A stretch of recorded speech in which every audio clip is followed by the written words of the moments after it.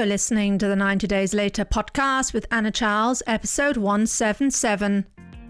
Welcome to the 90 Days Later podcast, where we talk about what really happens when you take a break from drinking. And it turns out to be the best thing you've ever done. I'm Anna, coach to high achievers who are done waking up with regret and ready to feel in control around alcohol. If you've ever wondered what your life could look like with less wine and more you're in the right place. Hi everybody and welcome back to the podcast. Whoop whoop! Did you notice the new intro? You wait for the new outro as well. Yes, I'm getting serious about this podcast. I deliver so much value for free each week. And I do this with love because I really want everyone to get the help. And at minimum, I want you to know that you have options. If you are drinking not as you like, you have options. So please don't forget to share this widely. Help others to find and come into my judgment-free corner of the internet. All right, so this is an exciting time of year. It is April, mid-April, and for most of you that probably means, okay, that's mid-April, Anna, it might be Easter, but the World Snooker Championship started yesterday, and long-time listeners will know I am an avid snooker fan, so I have snooker. It is morning, noon, and night, my poor husband, but I have it on my iPad in the background, just watching all the players. Absolutely love the sport. There is so much, by the way, we can learn from snooker and mindset and focus and staying in the present and backing yourself and not letting your past determine your future. I mean, I know you can probably say that for all sports, but I think snooker is so fascinating because it's such a mind game. If you haven't watched it, take a look. It's really, really, really good. All right, so let's get on with the show here. So I have the title, When Your Partner Drinks and You Don't. And of course, I mean by that, and you don't all the time, right? I'm not talking here necessarily about you stopping drinking altogether. Although, of course, that might be something that you want. That is certainly something I do help people with. A lot of people, they get to kind of take it or leave it and they think, I don't want this in my life anymore. I can't be bothered with this. But that, that is not a given. Anyway, so today we're talking about this situation you might be navigating when your partner, husband, wife, girlfriend, boyfriend, whatever, drinks and you're not. Or when you're actively, let's say, trying to drink less, right? But you're still going to face those moments when you're in social settings and the drinks are flowing. And if you are somebody who drinks home alone, then I want you just to translate whenever I talk about social settings to a social setting where it's you at home, right? You might not have the other people angle of this, but there I want you to translate other people into your brain because you're going to be talking to yourself. You're going to be having thoughts about yourself in the same way that you would have thoughts about other people. So when I talk about this, I'm thinking, maybe you're at dinner with friends and you're deciding to skip the wine tonight, but your husband or wife is enjoying theirs and it's starting to feel like you're the only one sort of not getting into the evening, right? Or maybe you're out with a group and everyone's having drinks, but you're not sure how to fit in while still holding your own. And again, if you're at home, you could translate this as you would usually, if it's a Wednesday night, and you're all at home, you'd sit down, tuck into half a bottle of wine, and now you're not going to. And what does that mean? For your Wednesday evening treat. Maybe you've positioned it as that. Listen, here's the thing: you can choose when and how much you drink, without feeling like you're missing out or without feeling that you're isolating yourself. It is possible. It is possible on repeat. So today we're going to talk about how you can own those moments and do it with confidence and do it with ease, right? Because I'm sure many of you have had the experience where you can actually go out and do this, but it is such a struggle, like, oh, never again. Can't bear the idea. So as I'm talking here, grab whatever feels right for you, sparkling water, maybe a nice mocktail, or maybe just a lovely cup of tea. I tell you, tea is a heavenly drink. And let's dive in. So let's get real for a minute, right? It's a kind of a reality check. So I want to start. When you choose to moderate or skip alcohol, you are making a decision that is centered around your goals, right? You might not be quitting drinking completely, but you're actively deciding how much and when it fits into your life. Sometimes that means choosing to skip a drink, and sometimes it means having just one or maybe having none, right? Inserting some alcohol-free days into your week. Now let's get into the thick of it. Here are a few scenarios that I know many of you face when you decide to moderate. Scenario 1, at a social event. Okay, you're at a party, your friends are all drinking, and you're feeling that push-pull between wanting to fit in and wanting to stay true to your decision not to drink, even just for that evening.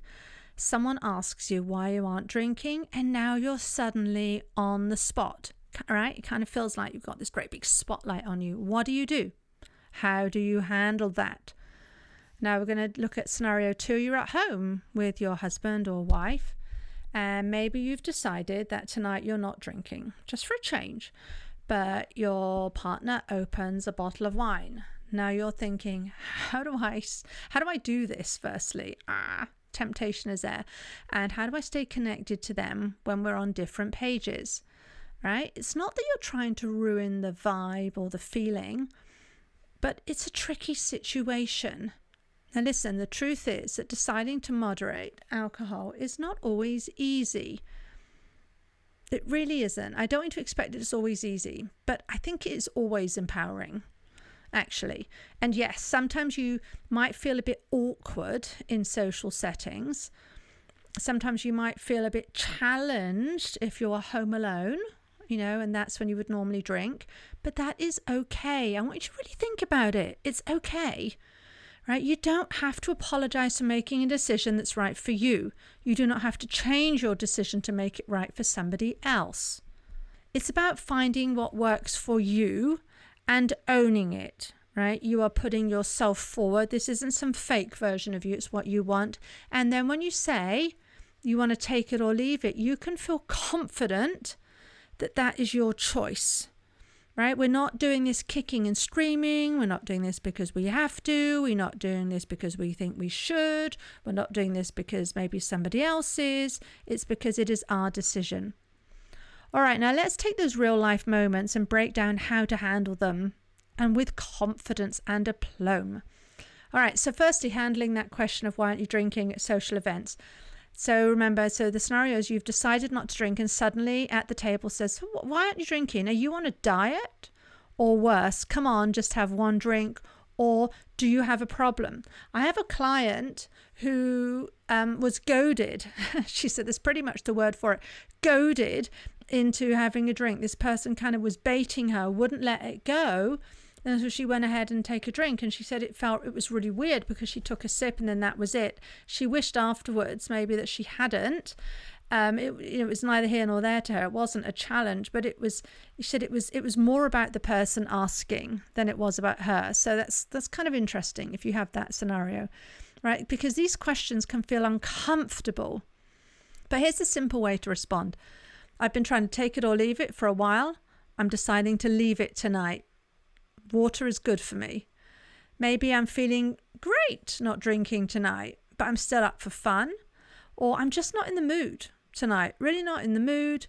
I'm still enjoying being here, but I really just don't feel like it tonight, right? We can be kind of neutral about it. These responses let them know that you're in control of your choices and you're not judging them. Because that's one thing I will say. When someone won't let it go, they keep on, they are judging themselves, right? And in these scenarios, you're just being true to yourself. You're saying, this is what I feel, this is my decision, and I'm sticking with it. If you're in the situation when your partner is drinking and you're not, and this is maybe you're sitting at home, or maybe you're on a date night and they pour themselves a glass of wine, and they might offer it to you, or maybe not. Maybe they're sort of like, yeah, I'm really proud of you, or that's really good, I'm honoring your decision, but I'm still going to have one. You might suddenly feel a little left out. And it is so curious how that you can be fine 1 minute and the next it's like, and we start to doubt our decisions. We start to judge our decisions. I have clients all the time who tell me, why did I think that not having a drink at this party I was going to or date night was a good idea, right? We start to second guess ourselves. But here's the thing. This is what you're up against in that moment. This is the opportunity you have, right? It's an opportunity to honor yourself, to honor your own choices. You can make different choices next time. You made this choice.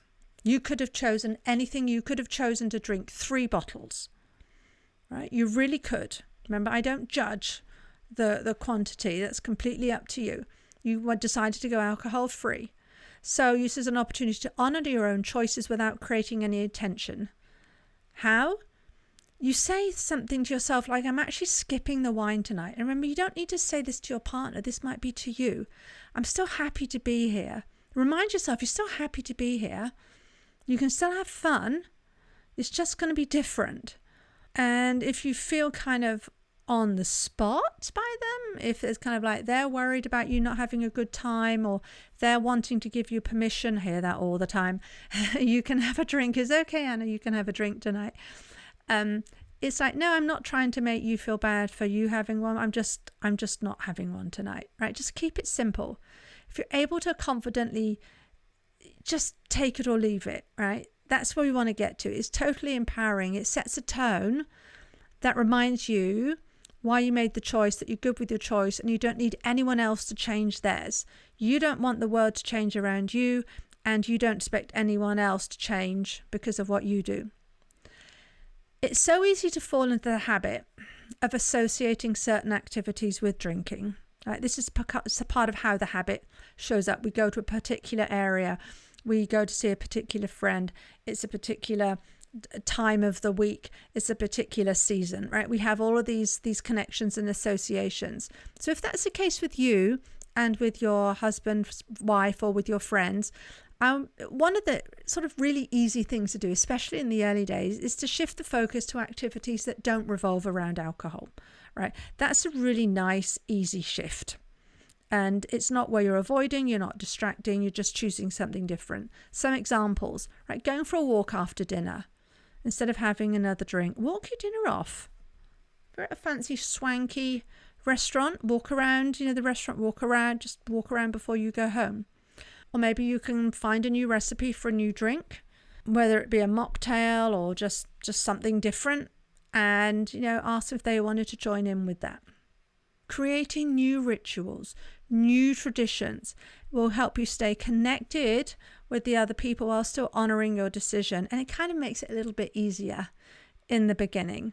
And it makes you start to see that you then start to realize that a lot of the things you do, they reverberate around drinking, and it's actually kind of lazy, right? There's a whole load of activities out there we can do that do not involve alcohol. This is about shifting the experience, right? Not losing it. Okay, so let's talk about the tension, because there is tension. It does happen, right? You're not drinking and your wife or husband are and your friends are, and you might start to feel like the odd one out. This is common. It is common to feel like you're missing out, or like everyone else is having a great time and you're not. It is totally common. It is normal and it is okay. But this is where kind of if you go into this with a take it or leave it attitude, it really shines. Let's say you're at a barbecue, everyone's drinking beer, and you're feeling like you might be a bit left out. Here's the deal. The tension isn't about the alcohol. The alcohol has nothing to do with it. The alcohol is neutral. This is all about your perception of the situation, all about your perception. It's totally okay to feel a bit awkward at first. I mean, it makes sense, right, that you'd feel probably a bit awkward. But the goal is to remind yourself that your choice is not to drink doesn't need to create drama, right? We don't want to, often we sort of want to fly under the radar on this. So here's a little mantra that can help in those moments. I believe a lot in saying, having a word with ourselves or writing it down on a slip of paper, putting it in your pocket. I'm choosing what works for me and that's enough. Or I'm choosing what works for me and that's okay. Adding "and that's okay" onto the end of sentences is a really easy and helpful tip I find in lots of situations. Another thing you could say to yourself is, I don't need to match what others are doing. I'm happy with my choice. I mean, think about it. We don't wear the same things as other people. We go to a restaurant, we're going to choose different things off the menu. If someone else has the steak and you have the pasta, it doesn't make them better or you worse, right? But we have this whole thing about alcohol that we make it a big deal. And I really, finally, overarching, I want you to embrace your choice. I talk about embracing feelings a lot. If you haven't yet, by the way, reminds me, go and buy my book, The Off Switch. Talks about embracing all the feelings. I give you the 3-step process, right, for how to really change your relationship with alcohol. For those of you who, really you like it written down and you want to follow it. So anyway, what we're talking about here is embracing your choice. Because at the end of the day, this is about you. This is your journey, as they say. This is your decision. And you get to decide what works for you. This is your life. Maybe tonight you're not drinking, and maybe tomorrow you'll have a drink. Maybe you'll have 2, and that's perfectly fine. All right? This is where we're going to. Take it or leave it. It's your choice. It is not the central part of the evening. It's just a piece of the evening. Guess what? The more you do this, and the more you carry yourself with confidence, your partner and friends will start to see this is just part of who you are. They really will, and they really will respect it. They might not always, and that's okay too, but they really will respect it. And if you're navigating these moments, I want you to remember you do not have to over-explain. You do not need to apologize. Just own your choice with pride and with confidence. You've got this. You are brilliant. If you're one of my people, you're a brilliant high achiever. You've got your act together. Whether you're drinking 1 or nothing at all tonight, you're in charge of your decisions. I want you to remind yourself of that. And that is the most powerful, badass thing of all. It really is. So in summary, remember, your choice to moderate or take a break from drinking is your choice. It is your choice, literally. And is perfectly valid. You do not need to justify it. You are simply deciding you are taking control of your own life, your own journey. So whether you're out with your husband or your wife or boyfriend, girlfriend, whether you're at a social event or you're just chilling at home, I really want you to remember that you have the power. You have the power to navigate any situation with ease.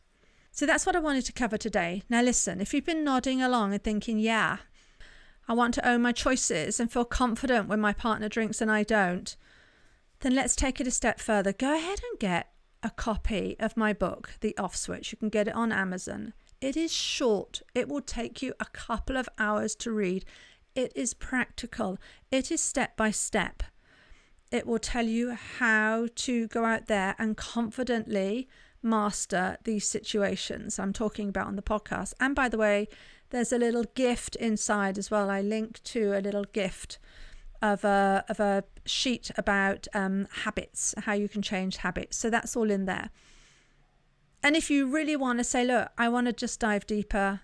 I'm sold, Anna. I know you can help me, which I can. I just want to do this. I want personalized support. I would love to help you create a plan that works for you, right? I work with all sorts of people. I work with all sorts of drinkers, people who drink mainly at home, people who drink mainly socially, people who drink mainly at the weekend, people who drink every day. It shows up in all sorts of different ways. I can help you create that healthier relationship with alcohol, the one you are dreaming of. It really is closer than you think.